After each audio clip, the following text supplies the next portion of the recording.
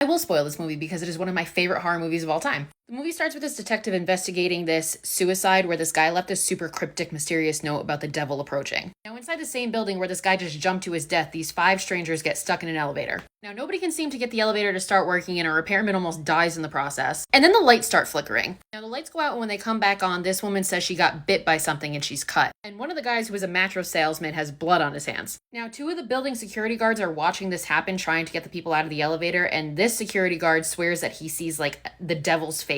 And everybody's like, shut up. But now that they have somebody who's injured, they call in the detective. So everybody in the elevator starts obviously getting increasingly more anxious and skeptical of each other, and the lights start to flicker and go out again. So this time the mirror breaks, and when the lights turn on, we see that the mattress salesman, his throat has been cut. He is dead. So everybody was suspecting him because he had blood on his hands. Now he's dead. So now the detective's like, okay, this is a crime scene. Now the group can hear what they're saying, but they cannot hear what the group is saying because the microphone in the elevator is not working. So now again, the 4 remaining passengers are getting increasingly suspicious of each other. They're all arguing. A repairman tries to fix the elevator again, and his harness snaps and he falls to his death. So now the security guard Ramirez is like, no, my mom used to tell me about this. It's the devil. The devil is present. So the detective then thinks to use a sign-in sheet in the lobby to find out who the passengers are. So the guard Ben, who they find out has a history of criminal assault, the mattress salesman Vince, who is a huge scam artist, this lady Sarah, who basically just marries men for their money and steals all of it, this old woman who they assume is Jane Kowski, who they catch on camera stealing somebody's wallet, but they can't identify this dude, so he's now the main suspect. They watch footage of him entering with this tool bag, and now he doesn't have the tool bag, and they find it in the bathroom. So now they're even more suspicious of him. So they keep fighting, the lights start to flicker again, and this time when they turn on, the old woman is hanging and she is dead. Now they're all freaking out more. Ben and this dude get in a fight. Sarah's telling Ben to kill him so that he can't kill them. So the detective's like, everybody get your fucking hands on the wall, nobody move. And he also asks Ramirez, like, okay, if what you're saying about the devil is true, how do we save them? And he's basically like, we can't. If the devil's here, they're all dead. Meanwhile, the other security guard gets electrocuted. But now the detective finds out that Sarah's husband actually owns the building. So now he suspects that her husband hired Ben, the security guard in the building, to kill Sarah. But the moment he starts suspecting that, the lights start flickering again. And this time when the lights come back on, Ben is dead. So now this dude and Sarah are the only ones left. They're arguing, suspecting the other one. The detective tries to defuse the situation by telling them about how his wife and son were killed in a drunk driving accident. Lights go out again, and when they come back on, Sarah is dead. Her throat is slit. So now they know this is their guy. But then this woman who snuck into the building comes in and is like, stop, that's my fiance. He came in for an interview. His name is Tony Jankowski. So they're like, holy shit, if he's Jankowski, who the fuck is this woman? And the lights come back on, and lo and behold, this woman is the fucking devil. It was her the whole time. He tries to trade his life for Sarah's. The devil's like, you can't do that. Meanwhile, a radio from the dead repairman fell into the elevator, and Tony grabs it and admits to being the drunk driver that night that killed this man's wife and son in a hit-and-run accident. They had never found the killer. And because he apologizes and repents, the devil's like, damn, I really wanted you, but can't take him. And